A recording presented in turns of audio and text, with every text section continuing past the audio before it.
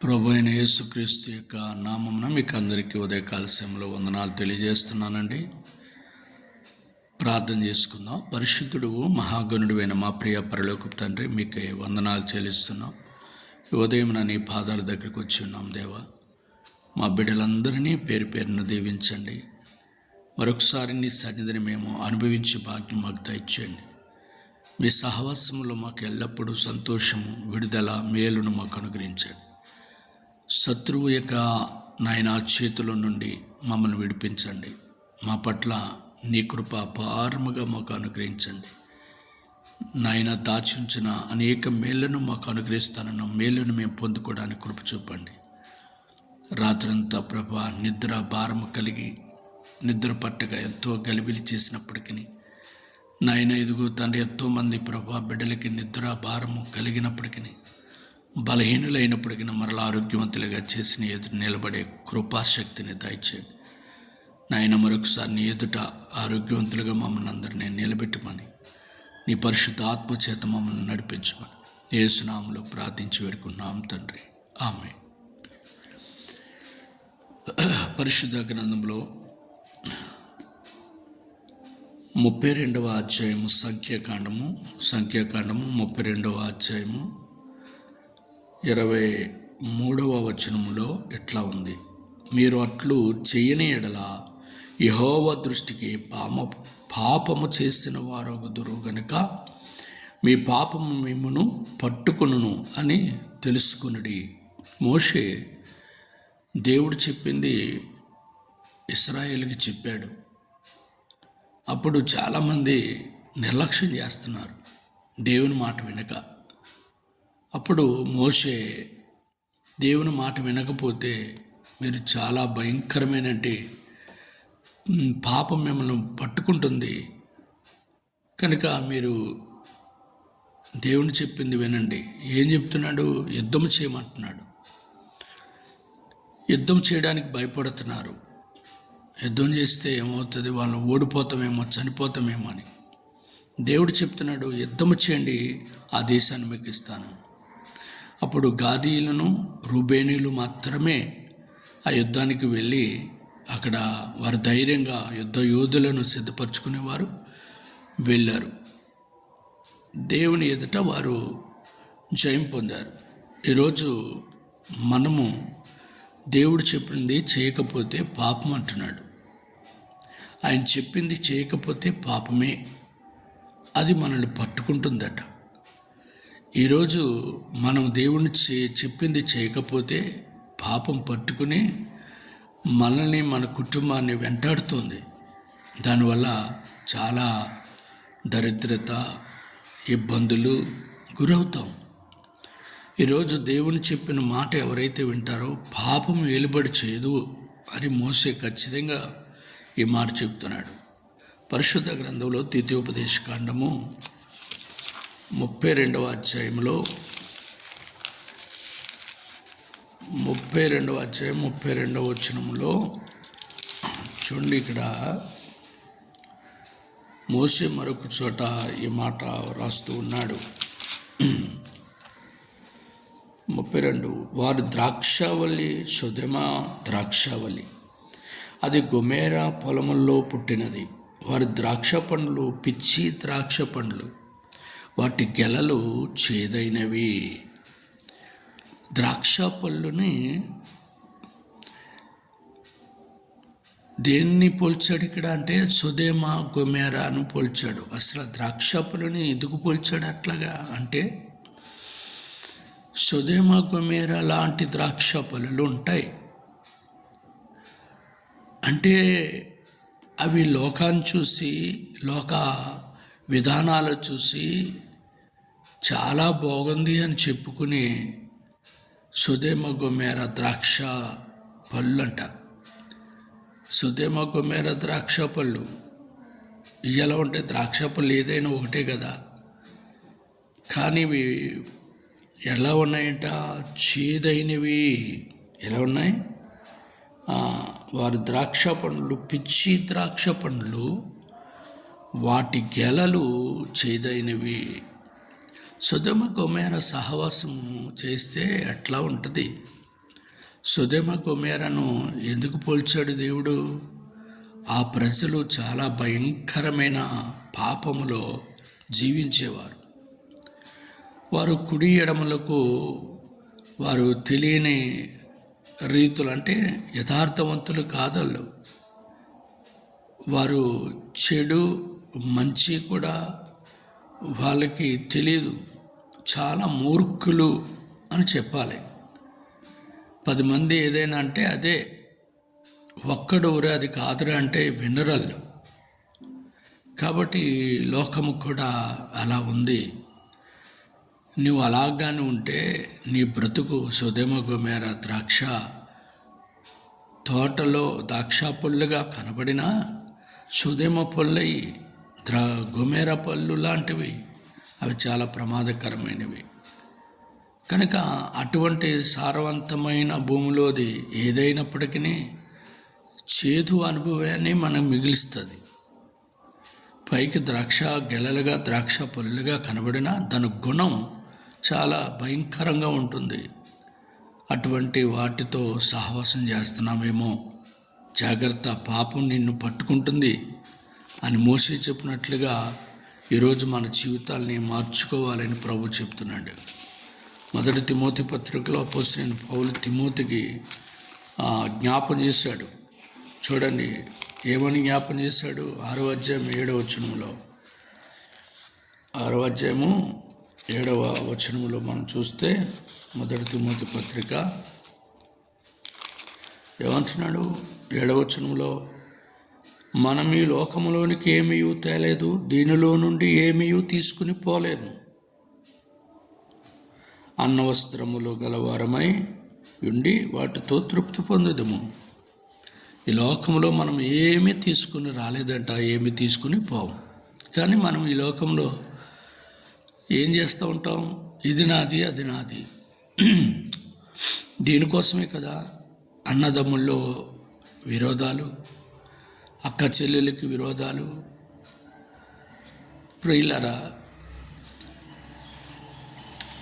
మాకేమీ ఇవ్వలేదని తల్లులను సరిగ్గా చూడక, తండ్రులను చూడక, మాకేమిచ్చావు, ఏం సంపాదించావు. కనుక ఈ లోకంలో ప్రతి ఒక్కరూ కూడా దేవునికి దూరం అవ్వడానికి గల కారణం ఏంటంటే, ఈ లోకంలో ఏదో సంపాదించాలి, ఏదో చేయాలి అనుకుంటూ ఉంటారు. కనుక ఈ లోకంలో ఏమీ తీసుకురాలేదు, ఏమీ తీసుకుని పోలేము. కానీ ప్రభు చెప్తున్నాడు, అన్నవస్త్రములు గల వారమై వాటినితో తృప్తి పొందితే దాంట్లో ఉన్న గొప్పతనం ఏమీ లేదు. దాంట్లో ఉన్న గొప్పతనం, దాంట్లో ఉన్న గొప్ప ఆనందం కంటే ఇంకేమీ లేదు. ఒకవేళ సంపాదించుకుంటే మన చుట్టూ అనేక మంది వస్తారు. కనుక దేవుడు చెప్పినట్లుగా మనం వినాలి. ఏం తీసుకొచ్చాము ఈ లోకంలోనికి?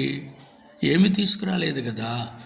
మరి ఎందుకు తాపత్రయం? కలిగి ఉన్న వాటితో తృప్తి పొంది సహకారంగా ఉండు, నీవు అనేకులకు మేలుకరంగా ఉండు. అంతేగాని ఆస్తుల విషయంలో, అనేకమైన వాటి విషయాల్లో ఒకరినొకరు విరోధులై భయంకరమైన జీవితాలుగా జీవిస్తూ దూరమైపోవద్దని దేవుడు మరొకసారి హెచ్చరిక చేస్తూ ఉన్నాడు. పరిశుద్ధ గ్రంథంలో చదవబడిన వాక్యాన్ని ప్రసంగి గ్రంథంలో మనం చూస్తే, ప్రసంగి గ్రంథము పరిశుద్ధ గ్రంథంలో చూడండి, 8వ అధ్యాయము 8వ వచనంలో ఏముంది? ప్రసంగి గ్రంథం 8వ అధ్యాయము 8వ వచనం, గాలి విసరకుండా చేయుటకు గాలి మీద ఎవనికిని అధికారం లేదు, మరణదినము ఎవనికిని వశము కాదు, ఈ యుద్ధమందు విడుదల దొరకదు, దౌశ్యము దానిని అనుసరించు వారిని తప్పింపదు. గాలిని ఎవరైనా ఆపగలిగారా? మరణము ఎవరైనా ఆపగలిగారా? యుద్ధము విషయాల్లో మనం చూసినట్లయితే విడుదల కలదా? ఏదో యుద్ధం జరిగిందంటే ఎవరో ఒకరు అటో ఇటో తేలిపోవాలి. కనుక ఈరోజు దేవుడు చెప్తున్న ఈ విషయాన్ని మనం జ్ఞాపకం చేసుకో. ఈ ఉదయకాల సమయంలో గాలిని నువ్వు ఆపలేవు, అలాగే మరణాన్ని మనం ఆపలేము. ఏ డాక్టర్లు అయినా సరే సంవత్సరం ఆపుతాడు, 2 సంవత్సరాలు, 10 సంవత్సరాలు. జీవితకాలము కూడా మరణం లేకుండా చేయగలడా మనిషి? చేయలేడు. కనుక ప్రతి ఒక్కరూ కూడా ఏదో రోజున ఈ లోకాన్ని విడిచిపెట్టాలి. అయితే మనమందరము జాగ్రత్త కలిగి ఉండాలి. ఇదే ప్రసంగి గ్రంథంలో 12వ అధ్యాయం 14వ వచనం అంటాడు, గూఢమైన ప్రతి అంశమును కూర్చి దేవుడు విమర్శన చేయనప్పుడు ఆయన ప్రతిక్రియను అది మంచిదే కానీ చెడ్డదే కానీ తీర్పులోనికి తెచ్చును. ఇక్కడ దేవుడు చెప్తున్న ఒక శ్రేష్టమైన మాట ఏంటో తెలుసా? పాపం నిన్ను పట్టుకున్నాను మూసి అన్నాడే, అదే ఇక్కడ ప్రభు మరల జ్ఞాపం చేస్తున్నాడు. మనం మాట్లాడే ప్రతి గూఢమైన అంశం, ప్రతి మాట కూడా అది విమర్శనలోకి వస్తుందట. మనం కళ్ళెదురుగుండా అందరినీ చాలా మంచోడు అంటాం, పక్కకి ఏడ్చల్లే ఆమె అలాంటిది, ఇతను అలాంటి వాడు అని చెప్పుకుంటాం. అది కూడా దేవుడు అంటున్నాడు లెక్క అడుగుతాడట, విమర్శనలోకి వస్తుంది. ఎందుకంటే మనం ఎదురుగుండానే అతను ఎవరే మంచిది కాదు ఇది, ఈ పద్ధతి అని చెప్పాలి. కాబట్టి అమ్మ ఇది మంచిది కాదు, నీ సంసారం పాడైపోతుంది. బాబు ఇది మంచిది కాదు, నీ సంసారం పాడైపోతుంది. బాబు ఇది మంచిది కాదు, మీ తల్లిదండ్రులు నువ్వు చాలా ఇబ్బంది కలిగిస్తున్నావు, వాళ్ళు బాధపడుతున్నారు అని నేటి దినాల్లో మనము వాళ్ళకి హెచ్చరిక పుత్రులుగా మనం ఉండాలి. కనుక మనము ఈ లోకంలో మనం ఏం చెప్తున్నాం?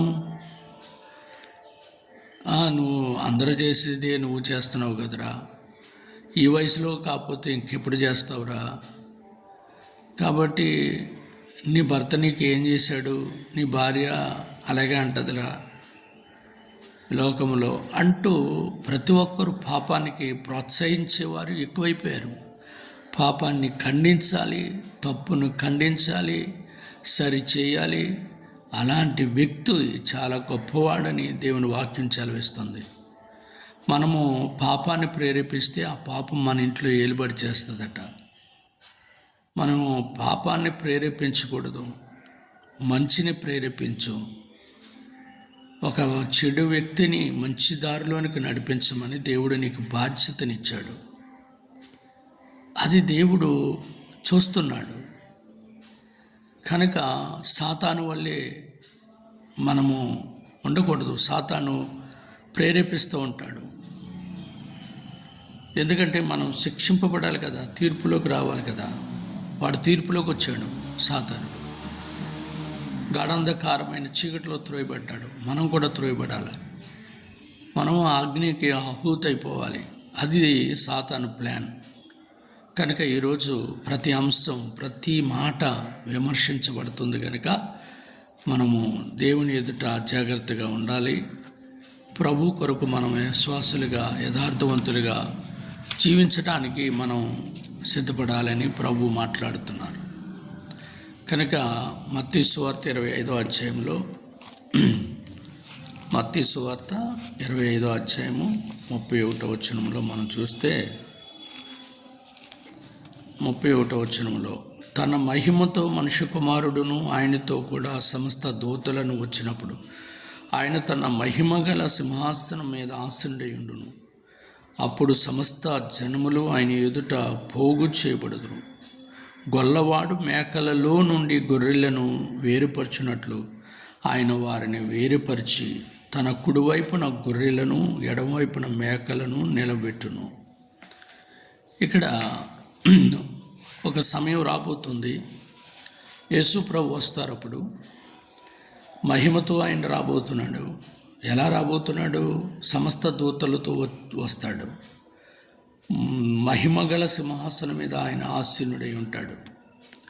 అప్పుడు ఆయన రాజుగా ఏలుబడి చేస్తాడు. కనుక ఆయన రాజులకు రాజు, ప్రభువులకు ప్రభువుగా రుజువు చేసుకుంటాడు. ఆ కాలంలో ఈ భూమి మీద ఎవరైతే భక్తి కలిగి విశ్వాసం కలిగి జీవిస్తారో వాళ్ళందరినీ కూడా దేవుడు సిద్ధపరచుకుంటాడు. ఆయనకి ఎవరిష్టము అనేది మనం చూస్తే ఆయనకి ఎవరిష్టం చెప్పండి? గొర్రెలా మేకలా? మేక ఎడవైపున ఉంటుంది, గొర్రె కుడివైపున ఆయన నిలబెట్టుకున్నాడు. అంటే గొర్రె యజమాని మాట వింటుంది. అందుకే యోహాను సువార్తలో నా గొర్రెలు నా స్వరము వింటాయి, నేను గొర్రెలకు మంచి కాపరిని అని యోహాను సువార్త 10వ అధ్యాయంలో చెప్పబడిన మాట. యేసు ప్రభు గొర్రెలను మేపలేదు, కానీ ఆ గొర్రెల యొక్క అనుభవాన్ని చెబుతున్నాడు. అందుకే లూకాసు సువార్తలో ఒక మనుషునికి 100 గొర్రెలు ఉన్నాయి, అందులో ఒకటి తప్పిపోయింది. ఆయన దొడ్లోనికి తీసుకొచ్చి లెక్క పెడితే ఒకటి తక్కువ వచ్చింది.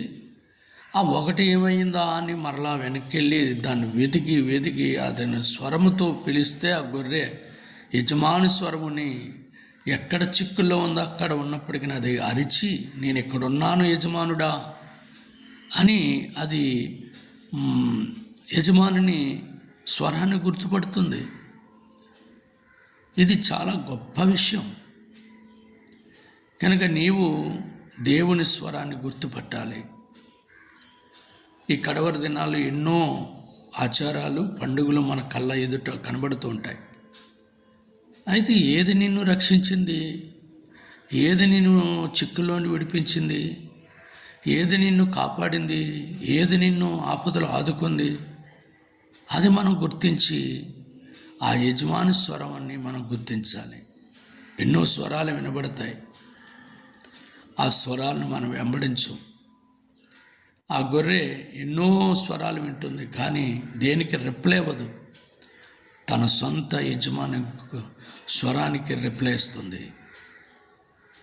కనుక ఈ లోకంలో మనమందరము కూడా గమనించాలి.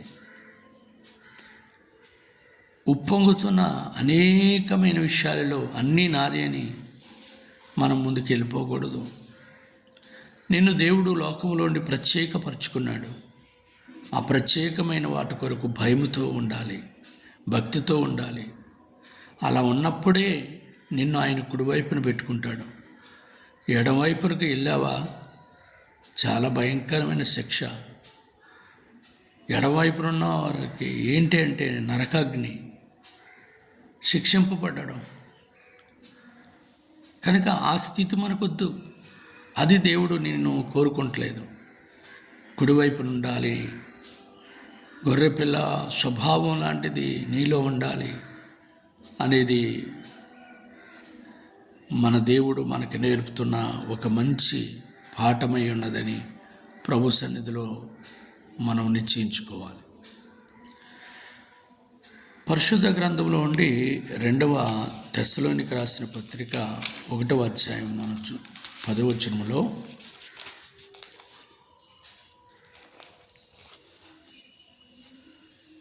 ఏమని చెప్పబడుతుంది? ఇక్కడ అపోస్తలుడైన పౌలు యేసు ప్రభు యొక్క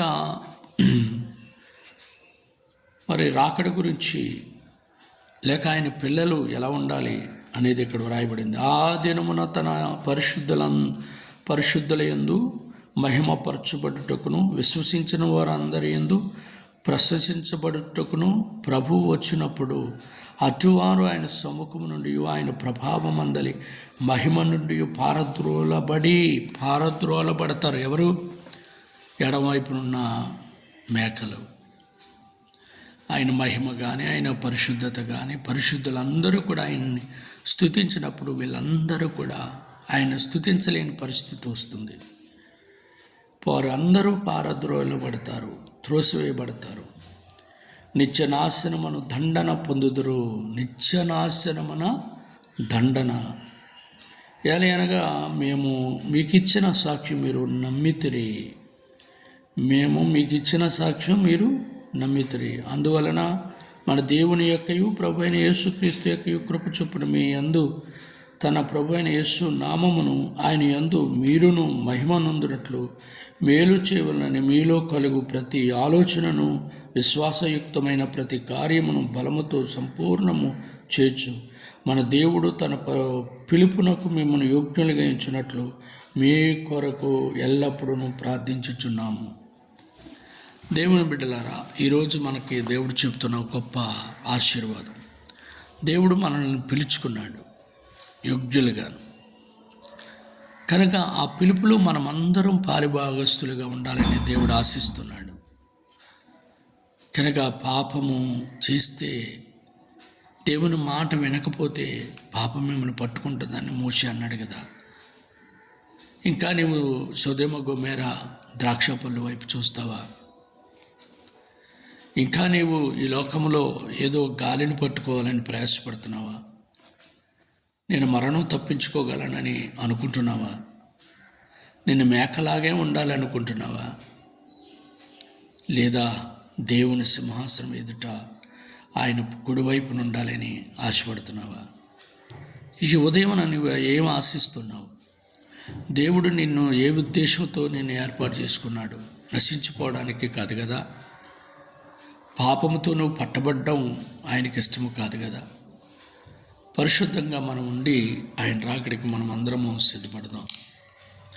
అట్టి సిద్ధపాటు మనకందరికీ అవసరం. ఈ వాక్యం వింటున్నా నీవు నీ జీవితంలో ప్రభు కోరుకున్నదేంటో తెలుసా? ఆయన కుడివైపున ఉండటానికి. ఈ ఉదయం మన దేవుడు మనకు ఆ భాగ్యం ఇచ్చునుగాక. ఆమేన్. చాలామంది సొదొమ గొమొర్రా వైపు చూస్తున్నారు. ఆ ద్రాక్ష పళ్ళు చేదైనవి, వాటి వైపు చూడకండి. చాలామంది దైవజనుడు చెప్పింది వినట్లేదు. దైవజనుడు చెప్పిన మాట వినకపోతే, దేవుని మాట వినకపోతే పాపం మిమ్మల్ని పట్టుకుంటుందట. కనుక దేవుడు చెప్తున్న ప్రతి మాటకి మనం లోబడదాం. ప్రతి మాటకి మనము విశ్వాసమందు నిలకడగా ఉందాం. ఈ యొక్క దినాన్ని ప్రత్యేకింపబడిన వారిగా మనం ఉందాం. మనల్ని దేవుడు ఎందుకు పిలిచాడు? ఆయన ఎదుట ఉండటానికి పిలిచాడు. ఆ పిలుపును మనం గుర్తించుకుని ఆయన రాకడికి సిద్ధపడదాం. దేవుడు అట్టి ధన్యత మన అందరికీ అనుగ్రహించునుగాక. ఆమేన్. God bless you. దేవుడు మిమ్మల్ని దీవించునుగాక. ఈ వాక్యం మీ జీవితాల్లో ఆశీర్వాదంగా ఉంటే 10 మందికి షేర్ చేయండి. ఈ వాక్యము ద్వారా అనేక మంది దీవించబడాలని ఆశపడుతున్నాను. నా జీవితంలో దేవుడు ఎన్నో కార్యాలు చేశాడు. నా బ్రతుకులు ఎన్నో అద్భుతాలు చేశాడు. ఎంతోమంది జీవితాల్లో ప్రార్థన చేస్తే కార్యాలు చేశాడు. ఈ ఉదయకాల సమయంలో నువ్వు నమ్ముతున్నావా? నీ సమస్య ఏదో, నీ ప్రాబ్లం ఏదో, అది ఏదైనప్పటికీ నేను ప్రార్థన చేయబోతున్నాను. మీ జీవితాల్లో అద్భుతాన్ని ప్రభు చేయబోతున్నాడు. నమ్మితే ఈ ప్రార్థనలు ఏకీభించు. నీ బంధకాల నుండి విడుదల పొందుతావు. నువ్వు ఆశించింది దేవుడు చేయబోతున్నాడు. దైవజనుని మాట ఎప్పుడు ఆయన కొట్టివేయలేదు. కనుక ప్రార్థనలు ఏకీభించు. దేవుడు నీ బ్రతుకులు అద్భుతం చేయనుగాక. ఆమేన్. ప్రార్థన. పరిశుద్ధుడా, సర్వశక్తిమంతుడు అయిన తండ్రి, నీకు వందనాలు. ఈ ఉదయకాల సమయంలో ప్రభువా, నీ బిడ్డలందరి కొరకు ప్రార్థన చేస్తున్నాను. మా జీవితాలు నీ వాక్యము చేత నింపబడి నీలో ఫలించే వారిగా మమ్మల్ని ఆయుధపరచు నాయన. ఉదయకాల సమయంలో నీ యొక్క కృప మెండుగా మాకు అనుగ్రహించండి. మీరెంతో శ్రేష్టమైన మాటలు మాకు అందించారు నాయన. అందుని బట్టి నీకు వందనాలు చెల్లిస్తూ ఉన్నా. ప్రతి అంశము కూడా, మేము మాట్లాడేది ప్రతీది కూడా తీర్పులోనికి రాబోతుందని చెప్పావు తండ్రి. దాని కొరకు మేము భయంతో జీవించి నీ ఎదుట నీవిచ్చిన నీ పిలుపు తగినట్లుగా మేము జీవించడానికి సహాయం చేయండి దేవా. ఈ రాత్రి ప్రభా మమ్మల్ని కాపాడావు. ఉదయమున లేచి నీ దాసుని యొక్క మాట నుండి ప్రభ అనేక సంగతులు మాకు ఉంచావు. మీ కృతజ్ఞతలు ప్రభా. తండ్రి, ఉదయకాల సమయంలో అనేక బంధకాల్లో ఉన్న మా ప్రియ బిడ్డలను విడిపించవా తండ్రి వివాహము జరగక ఎంతోమంది వారు తల్లిదండ్రులు పిల్లల కోసం ప్రయాసపడుతున్నారు ప్రభువా.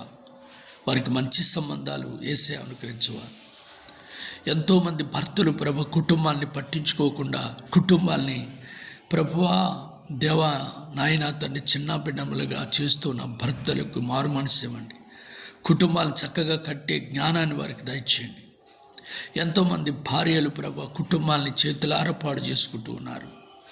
అటువారికి నాయన మంచి జ్ఞానముతో నాయన వారి ఇల్లులను కట్టుకునే జ్ఞానాన్ని వారికి దయచేయండి.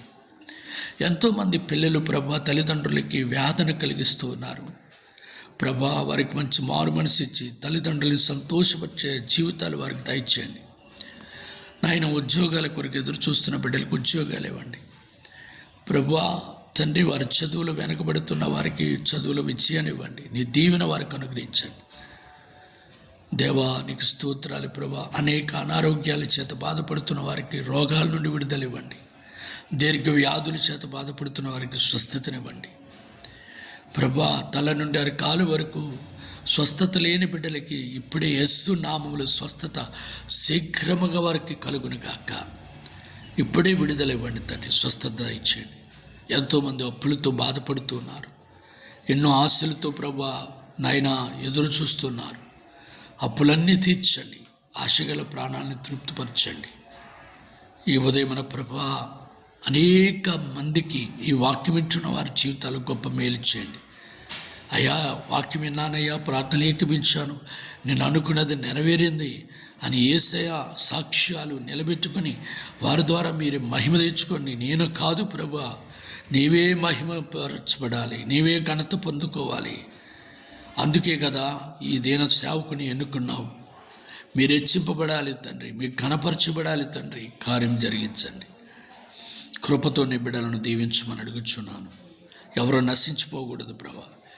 ఎవరు ప్రభా నాయన తండ్రి నష్టపోకూడదు నాయన. అందరూ దీవించబడాలి, మేలు పొందుకోవాలి తండ్రి. దామరెడ్డిపల్లిలో కడుతున్న మందిరము నాయన ఇంకా చాలా ఒక 3 లక్షల పని ఉంది ప్రభువా. ఈ మందిరం యొక్క పనంతటిని ప్రభువా 3 లక్షల పనిని త్వరగా మీరు సమకూర్చి మందిరాన్ని పూర్తి చేయమని మీ పాదాలు పట్టుకుని అడుగుతున్నాను ప్రభా. మందిరం యొక్క పనులన్నీ జరిగించండి. త్వరలో ప్రభు నూతన ఆలయంలో మేము అందరము నిన్ను స్తుతించుటకు సహాయం చేయండి. ముఖ్యంగా ప్రభా ఎంతోమంది సేవకులు నలిగిపోతున్నారు. సేవకులను ఆదరించండి.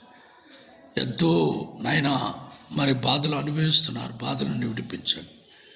ఎన్నో ప్రాంతాలలో సేవకులకి రక్షణ లేదు, విశ్వాసులకి రక్షణ లేదు, మందిరాలకి రక్షణ లేదు. ఏ ప్రాంతంలో, ఏ పట్టణంలో, ఏ దేశంలో ప్రభువా నీ బిడ్డలకి సంరక్షణ లేదో అక్కడ నీ పరిశుద్ధాత్మ కంచి వేసి వారికి కాపుదలించి కాపాడమని అడుగుచున్నాను. ప్రభుత్వాలు ప్రభువా నీ బిడ్డలకి ఏ విధమైన కాపుదల లేదు. నీ దూతలే మాకు కాపుదల.